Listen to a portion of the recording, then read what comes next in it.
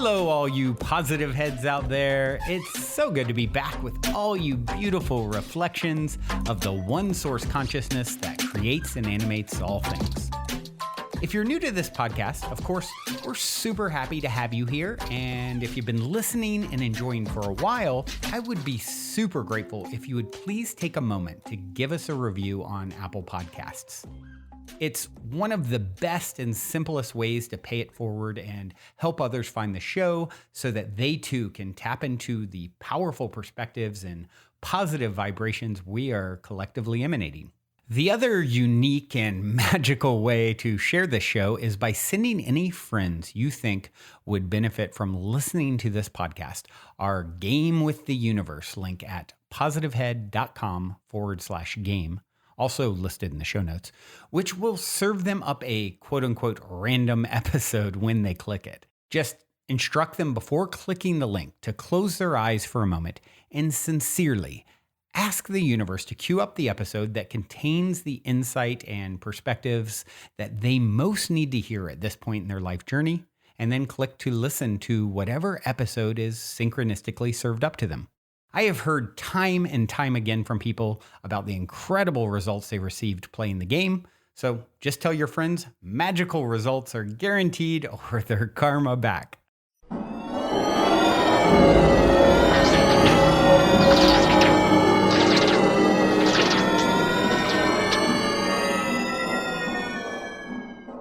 All right, all you positive heads, welcome back. Here we go again. I am not alone. I am happy to say I'm not flying solo for once or twice. I have Erica Middlemiss. Miss is here to help guide the way yet again. Erica, hello. How are you? Hello. Good. How are you? Hi, everybody. I just realized I get the pleasure of having two co-hosts this week because we're going to have Colby Psychic Rebel on the show and on Thursday, just in a co-host capacity. So, you guys are getting all kinds of divine feminine flitting in to help mix it up and keep things, Good. keep things that balance. Exactly. So, and you were actually on relatively recently co-hosting, and afterwards we received a question, and so I thought, you know what, it was kind of pertaining to what we talked about on the last episode, which was all about health, healing, wellness, and just maybe a couple weeks ago. You can easily find it in the archives. I forget. I don't know the number, guys, off the top of my head, but you can easily find it. Well, this person actually had a question based off of that, so I thought, you know what, Erica, I'm calling you back in to get to the bottom of this question. It's a good one, but before we jump in though, I want to take a moment to read a review. You guys know I get ecstatic and dance around like a giddy schoolboy. Imagine, you know what I instantly think of when I said that? Are you guys familiar with Christmas Carol? Erica, are you familiar with A Christmas Carol, the movie? Of course, yes. Okay, so surprisingly, not everyone is. For me, it's like me and my mother's favorite, and actually we're going to talk about her a little bit today too. Me and my mother, that's like our all-time favorite, Christmas program. So we've watched all the different versions of A Christmas Carol. I mean, there's ones going back to the 1920s. There's so many iterations of it. And for those of you who don't know, it's Charles Dickens' A Christmas Carol, famous story written in the 1800s. Scrooge, that probably rings a bell. So I think of, so here's what you guys can visualize when I get a review. Imagine if you've ever seen A Christmas Carol, at the end of at least one of the versions, one of the more popular versions, that was made, I think it was in the 80s, this particular one I'm thinking of. Oh, what's the main actor's name? Shoot. Anyway, there's Murray. One in the 80s. Is it Bill Murray? No, that was later. Okay. Hold on, I'll tell you guys. That was in the 80s. The one with George C. Scott. That's probably my favorite one. So if you guys haven't checked it out and you want to, next Christmas or even sooner. So at the end of it, George C. Scott, he's jumping up and down on the bed. And one of the lines, of course, from the famous, story is, I'm as giddy as a schoolboy. He's happy because he, of course, he had thought he was going to die with the spirits the night before. And he gets a chance to come back and redeem himself. And in a sense, that kind of ties in a way to what we're going to talk about today, right? How to redeem yourself and create more self-healing and get another chance, if you will. So perhaps that's good that I brought up A Christmas Carol, and my favorite Christmas movie is it's out now, so I can never claim otherwise. Anyway, so you can imagine I'm jumping up and down like George C. Scott as I get your reviews. This one came in by West Texas to you. They said spread the love, and it goes a little something like this. Thank you for your podcast. Love the show. The broad range of ideas and interviews are both interesting, thought-provoking, and entertaining. Recently, I heard you ask us listeners about switching to a 2 or 3 day a week show format. I listen almost daily, so yes, I would miss it, but your shows, but I will remain an avid fan. I think I mentioned that a long time ago. So, about switching possibly to 2 or 3 day week format. Because, of course, doing 5 a week, it's a lot. But getting these reviews fuels me to continue doing 5. And for now, I have no plan to change it until further notice. So I will continue with this. And so do not fear, West Texas. And thank you for taking a moment to review. Since that one was short, I'm going to read one more. This one is by ARD621. Thank you. Thank you, thank you, thank you. From the bottom of my heart, I have been on a self-improvement journey for a very long time and can notice a profound difference between reading self-help material and having it spoken to me in such a relatable way.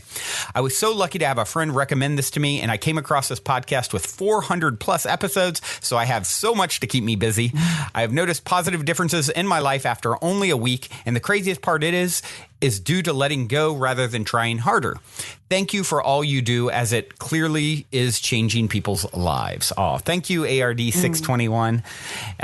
That was a wonderful review. And for those of you who haven't reviewed on iTunes, please do so. It is the holy grail of all things podcasting. It helps us to reach new people and keeps me jumping like a giddy schoolboy. And I know you all want to see that, or at least imagine it. Don't laugh at me, Erica. I'm just laughing at the vision. Yeah, exactly. Wearing a top hat like George C. Scott, perhaps? You need the cane, too. And you have to click your heels. Oh, I would definitely be clicking my heels. I can assure you of that. Oh, so let's see here. Let's dive into today's topic. So it actually came up nicely. I mean, it sort of just seemed like the thing to talk about today. I had received this question on the 12th from Melissa via Facebook. And, that reminds me, if you're not on the Facebook group, Positive Heads, great place. It's a private group, so you can open up and ask questions, things that you might not want to share with the rest of Facebook or the world. We have such a supportive group that are helping each other and, sort of holding each other's hand as we walk this path of remembering, awakening, ascension, all the things that are happening to us. And Melissa wrote in via Facebook, and she said, "Hi, Brandon. I hope you're having a fantastic day. So far, I loved your podcast, 467. Oh, that's the one we just did, Erica, with Erica. I've followed natural healing and organic, sometimes vegan diet for the past 20 years. I only see doctors for testing, not usually healing, because I've learned to listen to my body and my families and heal myself and others. We are creatures of energy and physical, so I treat things with physical and energetic thought healing. I know not everyone agrees on one thing, but I've noticed a tendency for some people to offer spiritual healing to solve a physical problem. While I definitely believe our minds can heal ourselves, I also believe that most of us are not disciplined enough to pull on this skill constantly, and every day is the only way to heal. If this resonates with you, would you give me your input on healing and the balance or not of using both energetic and physical healing modalities, and when to choose what? Love and light to you, my brother. I'm looking forward to cooking and listening to your podcast today." So Erica, since you are the ND, you are the doctor here and the expert, and Melissa was referencing your episode. I wanted to have you chime in first on this question. What do you think? Sure. Well, I like your point about most of us aren't disciplined enough to heal ourselves mentally every day. And it's true. This is a practice. This is something that you mean it's not a perfect? A lot of work. Yeah. Yeah. It's just this magic thing that happens instantly. It's a practice, not a perfect. Right. Exactly. But the thing is, all healing is energetic healing. all dysfunction is emotional dysfunction. So whatever the mind happens in the mind that doesn't get processed properly then goes to the body, because you can't ignore the body. When the body is in pain, you have to deal with it. You can ignore things all day in the mind, right? So yeah, it's always both. So when do you use what? You always use both. And the other thing is that the body can also affect the mind. So this works back and forth. So you can do things to physically heal the body, and that will also help to physically heal the mind. Right. Right. Yeah. I mean, it's all connected. And, you know, of course, a lot of what this show is sort of the, as I always say, it's the daily soul food for thought, right? So you're bathing in the vibration of healing, of reprogramming. And we know that as you change your thought patterns and change the things that you're resonating with, it actually rewires your brain, right? So that's a part of what we're doing here, and why I do the show 5 days a week. I want to sort of that inundation, right? Training. No one got good at, you know, basketball by shooting one time, right? It's like, or anything for that matter. It's like this practice. It's a practice. And of course, then you have you want to practice with your diet and all the things that we talked about in episode 467. And then now this is another extension of it, all the energetic things. You know, I actually, one of the reasons this seemed like the thing to talk about today is I shared with Erica this morning before we started recording, you know, a story that I'm dealing with in my personal life with my mother. So my mother has diabetes, and she was going to a naturopathic doctor like Erica many years ago, and he really helped her to, I mean, all her numbers went way down, her blood pressure, I forget what the measurement is for diabetes and measuring insulin or whatever, but you would know, Eric, I'm sure. But, you know, all her numbers were great. She was doing good. She was working out. Then she kind of fell off the wagon. Then she went, you know, stopped eating as well. She stopped going to this doctor. She stopped doing all the things that were causing all this healing. And now she is kind of starting back again. And we're getting her back on track. And she went to a normal doctor, a regular doctor, traditional doctor. And he, you know, her numbers weren't good. And he was like, oh, you can't really, you've done the damage and you can't self-heal. And she's like, no, I've done it before. What are you talking about? You know, and it kind of got her riled up and fired up. But at the same time, it was scary for her. Some of the things he was saying, you know, like you've got a lot of issues with your blood pressure and your cholesterol and these sorts of things. So, you know, one of the things that I was having a conversation, Erica, you and I were having a conversation about is the holistic approach. How do we look at the diet and help fix the diet? Now, how do we look at, you know, energetically, meditation? You know, I was talking to my mom. I'm like, you've got to start meditating. I don't know how to meditate. I'm like, there is no right way. Just setting the intention to set down and observe what's coming up. She's like, oh, things keep popping up in my head. Okay, observe them and release them. You know, that is, you know, and so one of the things that I ended up recommending for her that I think is good for people who struggle with that is, you know, finding a guided meditation. So it's not supposed to be quiet, right? So I ended up sending her something from Louise Hay, and it's all on self-healing guided meditation. So I believe that sort of thing. What a great addition to whatever you're doing from a, you know, dietary perspective to add on. And then of course you've got things, you know, different other healing modalities like Reiki and, you know, QHHT like is something that, you know, Erica, you do. So maybe you can speak a little bit about how those things, you know, kind of play into the picture and how you foresee them helping.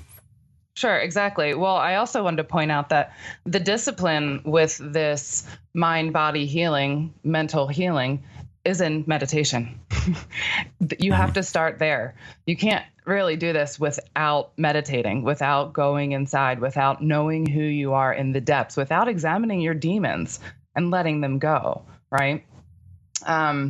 So I'm actually a Reiki practitioner as well as a QHHT practitioner. My mother was a Reiki master, so I grew up with Reiki. My mom used to heal me this way anytime I had a little something going on. And so I'm not a stranger to this energy healing world. Reiki is a hands-on energy healing where the practitioner will basically channel universal energies, and they become this this just like a channel to the other person to give that energy. It comes through you and to the other person. Right. And with QHHT, the reason why I found QHHT was after I've been in practice now 14 years. And it was about after 10 years of practice and seeing hundreds and hundreds of people and watching people do everything physically possible to heal themselves. And they would go on this up and down thing, and sometimes they would plateau out. And what it always came down to was what's going on in your mind? Where are your emotions? And how do you get to that level? You can do all the counseling in the world and talk about it ad nauseum. And really, where does that get you? I mean, it gets you little pieces, but it doesn't get down to the core, and it doesn't do it quickly. So QHHT is a way to completely shut out your conscious mind and get down to that subconscious aspect of yourself, that aspect that is your higher self, that is all-knowing. And you can get all the answers there, and you can find out, why your body is experiencing what it's experiencing, what lessons are here in this experience. Yeah. And, I believe one of the best things you can do is, of course, listen and learn about there's all kinds of different energetic healing modalities and, from Reiki to QHHT and all kinds of other things. Right. And so what I would say is everyone is unique and everyone has their sort of own path to healing and waking themselves up and self-healing. And so the best thing you can do is, it's like we talked about with the diet stuff. A lot of these, there's so much conflicting information out there, and it's like, oh my gosh, this person just said this is horrible for me. This person who I respect just said it's really good for me. It's like, and then there's everything in between. Then there's the propaganda of the people trying to sell you stuff who are doing studies and, making sure the studies are skewed in their favor. So what do I believe with this overload of information? So I think at the end of the day, you have to come back to self and look, what is my own inner guidance telling me? What healing modality, Melissa, what healing modality am I feeling drawn to? Why am I feeling anything you're feeling drawn to? Follow that gut instinct, because Reiki may be the best thing you can do right now. And for my mom, it's going to be eating more kale, and for someone else, it's going and, exercising and of course, all of them play a role, and you want to become holistic in your approach to your healing, but you're going to follow that thing that you're called for. Follow that gut. Why am I feeling really drawn to this thing? And if you're feeling really drawn to it, there's probably a good reason for it, because it's there for you and it's ideal for you on your path at the moment where you stand, right? Yes. And yes, very good point. Always listen to yourself. You are your best doctor. It's nice to have doctors who actually help us, but you need to listen to yourself. Deep inside, And another quick point is that remember that healing is a personal responsibility, that nobody can do this for you but you. There are only helpers and guides along the way. And there's no magic pill here either, unfortunately. This takes a lot of work. Right. Absolutely. I found a quote here that I really liked. It says, it's by, I'm going to totally butcher this poor guy's name, but Harbhajan Singh Yogi. He said, the process of self-healing is the privilege of every being. Self-healing is not a miracle, nor is self-healing a dramatization of the personality as though you could do something superior. Self-healing is a genuine process of the relationship between the physical and the infinite power of the soul. And that's such a beautiful, it's like a beautiful perspective on it. Your whole mission is to get in alignment with higher self. So it can sort of be the pilot. It can, it can guide you where you need to be in what you need to do next. It is the pilot. Yeah, absolutely it is. So that actually makes me want to change our outro song today, because there's a great song. Well, I'll give it away in a little bit, but before we get to that, you also had a really good little clip that you read for me from one of your QHHT sessions. You want to share that? Yes, absolutely. Speaking of the spirit being the pilot, right? So this was a message that I asked at the end of a session. This woman was super out in trance, and this is a message from her higher self that I got for humanity. So this is for all of us. And they said, when you are lost, look to yourself and the love that resides within you. The answers are always there. The answers that no one else can give you, because they are not living from your perspective. When you understand you have all the answers, you can live without fear. You can live without judgment of others, and you can always heal. Now, healing does not always mean there is an illness, because not everyone will be healed of an illness if that is not their plan. And that is obvious. You are healing emotions. There is nothing else to heal. There is nothing that is real but emotions, because emotions are energy. The human body has an array of different emotions which make this place appear to be difficult, but you control the emotions. You control that energy. That is the best way to control the ego and not let it consume or overtake what it is you want to experience within this life. In other words, when you learn to control the emotional body, you allow the true aspect of the self, the spirit, to be aligned and in balance with the body. When the emotions are not controlled, the ego, or what you consider I, is dominant, and therefore the body is not in balance. You see, the body is something you have created, so therefore you would control it per se. But the best words to allow you to comprehend, like you control a remote control car, you have to steer it. The body is in your control. It is your vehicle. Your spirit is the remote. You have to understand why the emotions that have been there are there.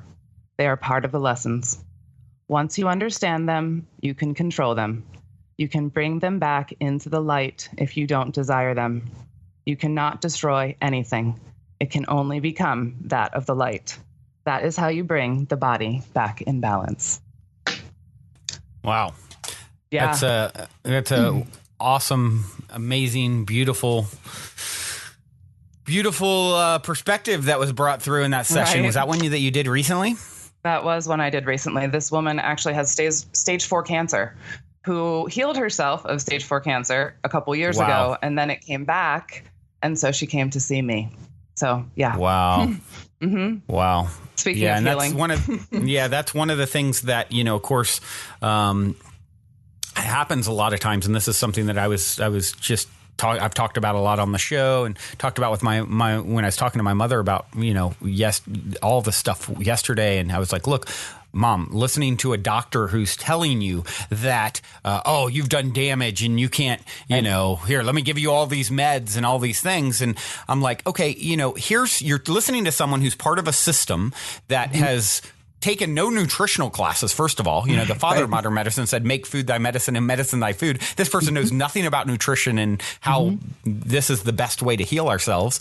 And, listen to this person if he can explain the 1,000 cases in the last year where someone had a terminal disease and then it miraculously went away through their efforts or their own, meditation or beliefs, or even just miraculously disappearing from one week to the next. These kinds of things happen all the time. So as soon as he can explain that, then maybe I'll listen to him tell me that you've done damage that can't be healed. And until then, he needs to just shut up, or rather we need to tune him out, and you need to go get in line with self-healing and go down the path of, like this woman, she healed herself. But what often happens with people is, of course, reality is a spiral. We circle back around to things for further clarification and to go deeper. So oftentimes, it's a pretty common theme, right? Where someone goes through something, they come through it and they think, I'm all the way through that. But there's more processing of that dis-ease, right?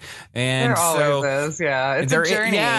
And it doesn't end. This journey does not end. Yeah. And I think we reach plateaus where we finally kind of have fully worked through X, Y, or Z, right? But then there's always going to be new challenges that lead to more growth. And that's the thing is, right. So, it's like once you understand the journey is the goal, and there's not you're perfectly where you should be. And that's the other thing I was explaining to my mom last night. It's like, Mom, you're right where you need to be. This person telling you you've done damage that can't be healed, he's part of a system that's trained to teach you that.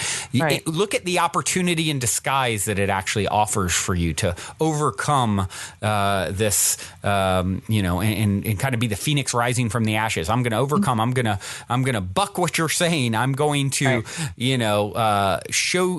dig down deep and get in tune with my own power. And so it's always a blessing in disguise, these challenges. Every challenge is an opportunity in disguise. Always. I always love it when this kind of stuff comes back to me, just thrown right in my lap. And then I just look up to the universe and I'm like, thank you.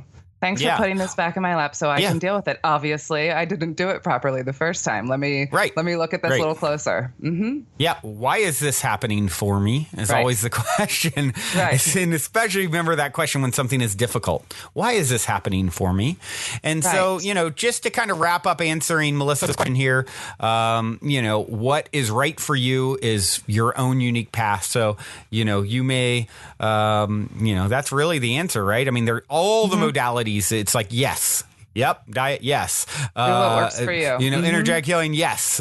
Exercise. Yes. And at the end of the day, it's just like, you come up with your own unique way and your own little recipe for you being your highest self. And no one really knows what that is except for you. You can sort of explore all the things that are around, play with what's around, be open to what's around, and just follow your inner guidance, and it'll lead you right where you need to be. And that's the beautiful thing about this. It can be so overwhelming, all this information coming at us, but really the answer is inside of you. Your soul is your pilot. Mm-hmm. Absolutely. And remember too that your mind, body, and spirit all work together as a complex. Not one works without the other. So it's all three. Right. Exactly. It's all interconnected, like everything.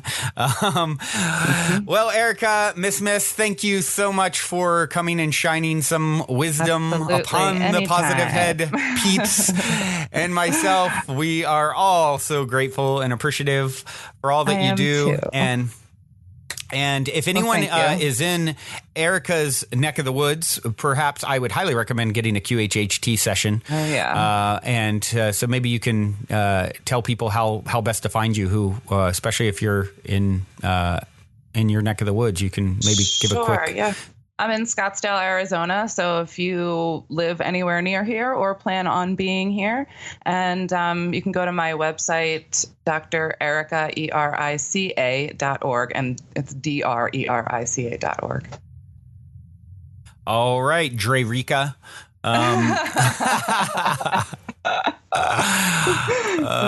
Dr. Dre in the house. Does that mean I get to be Snoop Dogg? Because I really like Snoop Dogg. Yeah, we'll get him on next time. Yeah, stay tuned next week. Positive Heads, Snoop Dogg in the house. Until then, I've got someone a little softer and gentler. This is Sting, and this is an awesome, beautiful, amazing, divine song. I may even have played it at some point in the past. I'm a sucker for Sting. Such an amazing songwriter. And this is Sting, Let Your Soul Be Your Pilot. Until next time, fly well, lovely listeners. Love you all.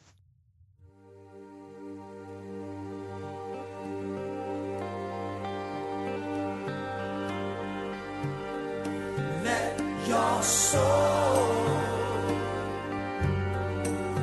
be your pilot. Let your soul guide you. Guide you where. When you're down and they're counting, when your secrets are found out, when you're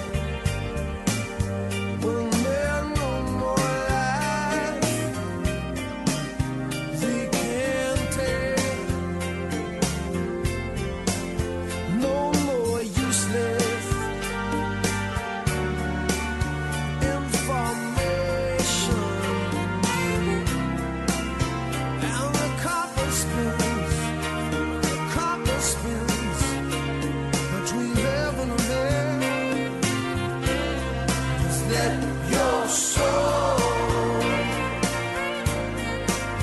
be your pilot.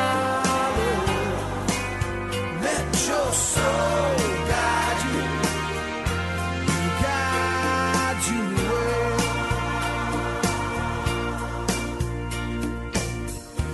Eyes turned towards the window, lights upon the hill. The distance seems so strange.